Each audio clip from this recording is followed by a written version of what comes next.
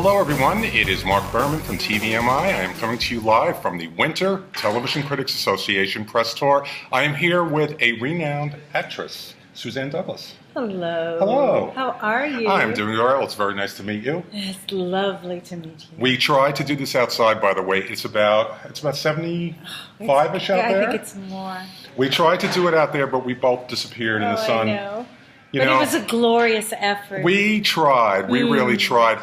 You are here to talk about many things. Among the projects is you have a made-for-television movie coming up on Lifetime. Yes. Whitney, based on the life of the legendary Whitney Houston. You will be playing Sissy Houston. Correct. And it's airing, by the way, on Lifetime, January 17th, 8 p.m. Eastern Time. I will be watching. Terrific. Now, talk to me about the project. What made you decide that you wanted to play somebody as larger than life than a Whitney's mother? When I make a decision to do any project, I look at all of the elements that go into making that decision. Right. The director was right. Intelligent, bright, interesting woman, Angela Bassett, who I trust implicitly. I've worked with her, as you know. Right. And How Stella Got a Groove Back. So we've worked actor to actor. And I knew that if she were bringing the same intelligence that she brings to her acting roles, to her directing, and I, of course, trust her implicitly, that we would be in great hands. So you always want to look to the leader, Right. who's going to be really setting the paradigm for Right. how we're going to proceed over the next few weeks in creating the project. So I looked at that, and of course, we all loved Whitney, and we will always have her with us through her music. I still find it hard to believe that she's no longer with us. You know, it's been a few years now. I'm glad we had the opportunity of having her on the planet.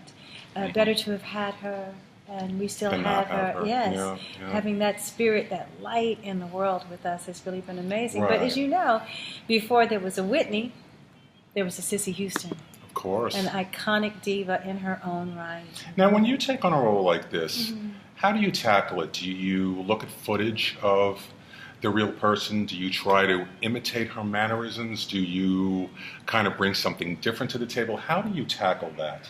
I try not to imitate. You can't imitate the original. Right. There's no way to do that. I don't watch film footage. Of course, I know who Sissy Houston is. Sure. So my entry into it is at a very grassroots level. I'm a mama. Right. And I'm a mama who would fight to the death for my child. I have an only child. She's a daughter. Whitney was her only daughter. Right. And we are protective as mothers. Of course. And on a real, organic level is where I met Sissy. Mother to mother, woman to woman, caring for, loving, and nurturing her baby girl. And how long does it take to shoot a made-for movie like that? How long does It take? varies depending on the project, as you know. We shot it in record-breaking time of 3 weeks. We had to, Angela had to get back to American Horror Story, so we needed to bring it in under the gun, so we did. Right. But we never felt rushed, which was really kind of neat to know that, you had this time frame in which to work. But the process was just very relaxing. Now, how many years has it been since Stella, when you did the movie with a decade. Angela? It's been 10 years. Yeah. Oh my Yeah, gosh. but you still stay in touch with people. And she was here this morning with you. I have to be honest, I'm a little terrified of her based on her role on American Horror Story.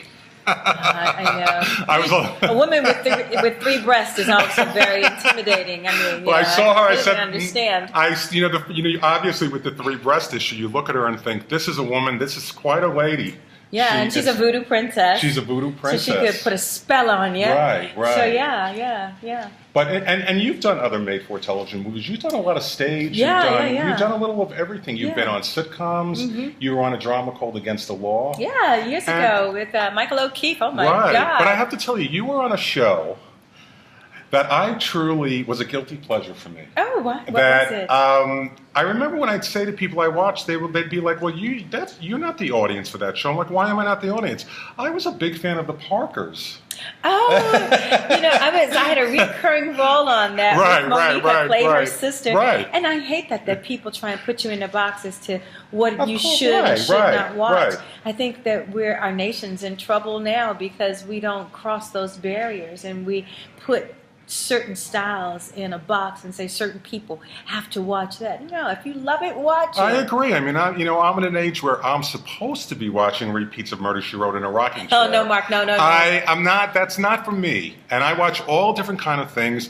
I got a real kick out of that show. Oh, it's a funny show. And she was very, very funny. And you did The Parenthood for a number of years. Absolutely, I did for 5 years. Now, let me ask you a question. Do you have you've done, again, a lot of television, you've movies, stage. Do you have a preference? Is there anything that you really feel the most comfortable with? Yes, a good script. A good script, that's a good answer.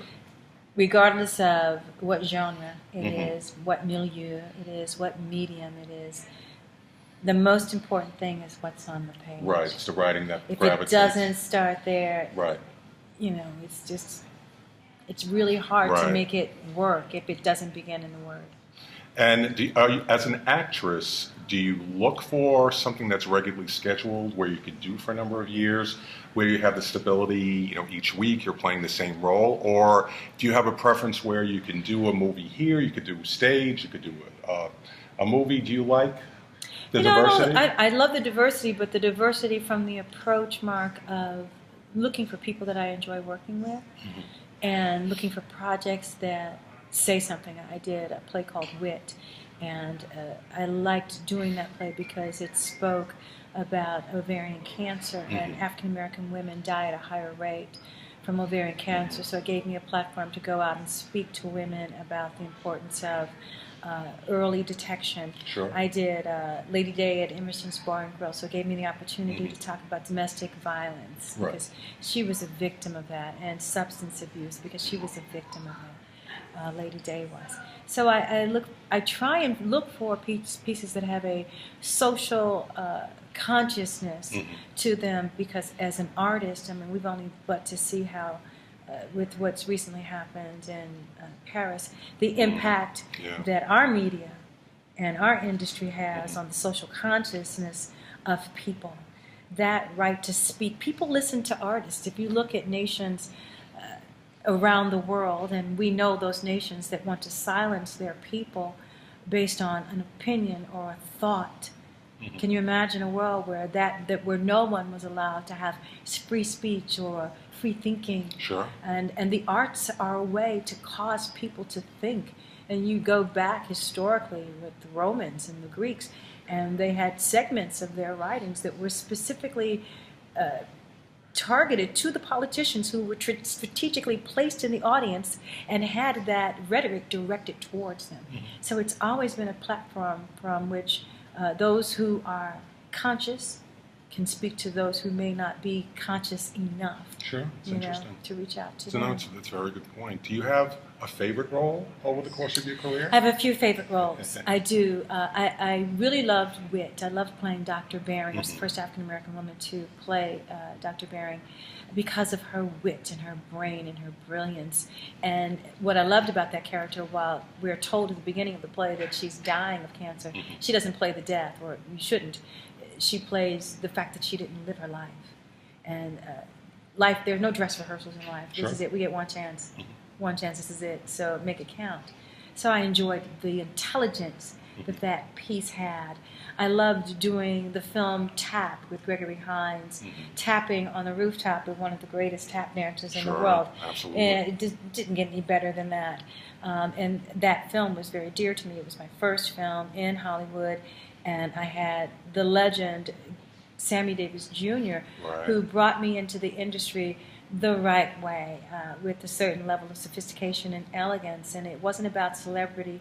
It was about a craft and a talent and constantly working towards making that better. I'm a life learner, and I'm so grateful for Sammy just schooling me in that area. What was he like, Sammy? He was marvelous. You know, because as a young child growing up and watching him, to me, he always came across as one of the nicest, most sincere people. Amazing. And I believe, they called him Mr. Entertainment. Right. He was one of the most amazingly talented people. There's a great clip, you have to Google this, of Sammy. I think it might have been the Steve Allen show, so we're going back. Right.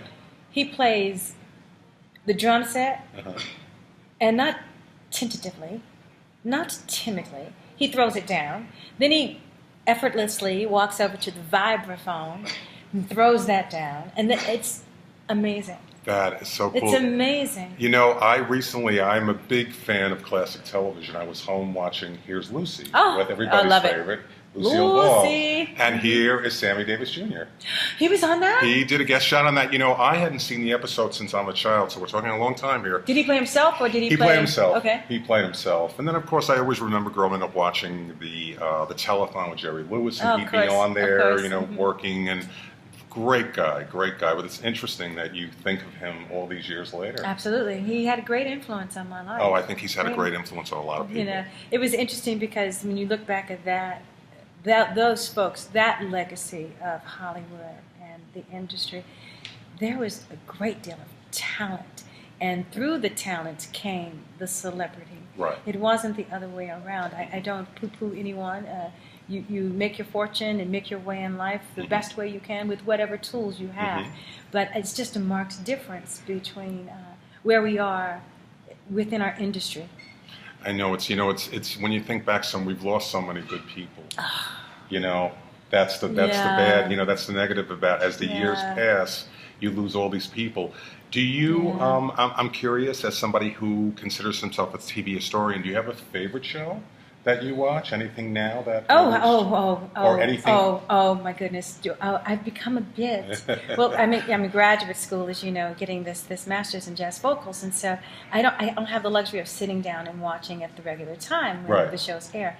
So I'm a bit addicted to a few shows. I don't know if I should admit this, but there are a few shows that I'm addicted to. So Gotham is one. Gotham, okay. I find it innovative TV. Right, I love the fact that they've taken an old tale that we're so used to, so many Batman movies, yada, yada, yada, and allowed us to see how they developed. And you've worked with Jada. I have in 2 films, in fact. And I love her work on Gotham. She's diabolically, deliciously wicked. Well, here's the good news. I'll give you some good news.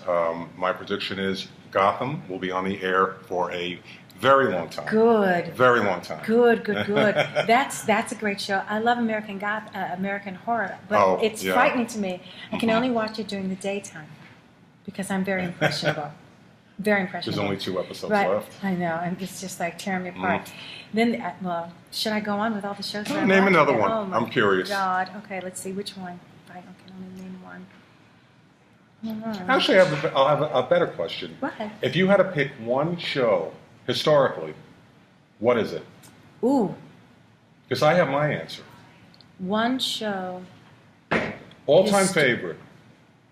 Oh God, I don't know. I can't because like Twin Peaks was good. It's coming back. Oh my God, I know, I heard. And it's coming back. But you know what devastated me that went off the air? I was just devastated. It was only on for a season and a half. When Steve Buscemi got boxed when they killed him on Boardwalk. Yeah. I loved that show too. That was another one of the shows that I watched. Love that show. I love historical fiction. That's interesting to me. How to retell that tale of something that we suspect happened but aren't quite certain. Now, before we exit, talk to us about what's happening to you in May. You just said it momentarily. You're getting your graduate degree. Yes, I'm getting a master's in jazz vocals. Wow. At the Manhattan School of Music. Yeah, it's a blessing that I got into the program. My undergraduate degree is in theater, and it was pretty involved. Auditioning, you had to audition, you had to be invited to audition. There was an online submission, a blind submission. They didn't care that I had been an actress for 30 years and done this and that. They wanted to know if I could sing. What made you decide to do it? I wanted to grow myself up as an artist, as a musician. Boy, you are giving some good answers here. No, but it's the truth. I wanted to better inform and lead my band. I was singing the same licks over and over again. I have a great ear, but I didn't understand what it was I was singing. If I was singing the 9th or the 11th, I was singing the 7th or the 5th. I wanted to be able to write my own music. I wanted to be able to take a chart that I had paid someone to write and read it and know that it was correct, and to be able to make suggestions to them from an intelligent, informed place. So in order to do that, I needed to get a degree, and I wanted to get it from the Best Jazz Institute. How long did it take you to do it?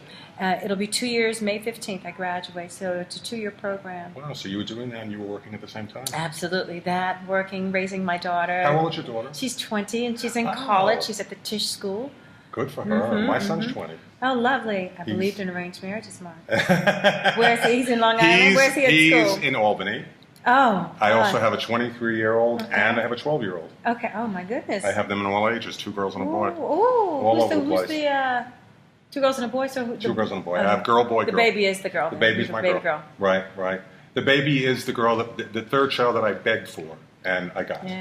Yeah, baby girl. That's what Whitney was. Whitney was the baby girl, but she was the only girl. Now, don't forget, Whitney airs on Lifetime on January 17th. That's right. At 8 p.m. Eastern Time. Yeah. I am looking forward to it. I want to, we could go on forever, but I have to cut the short. But I'll ask you one more question. Okay.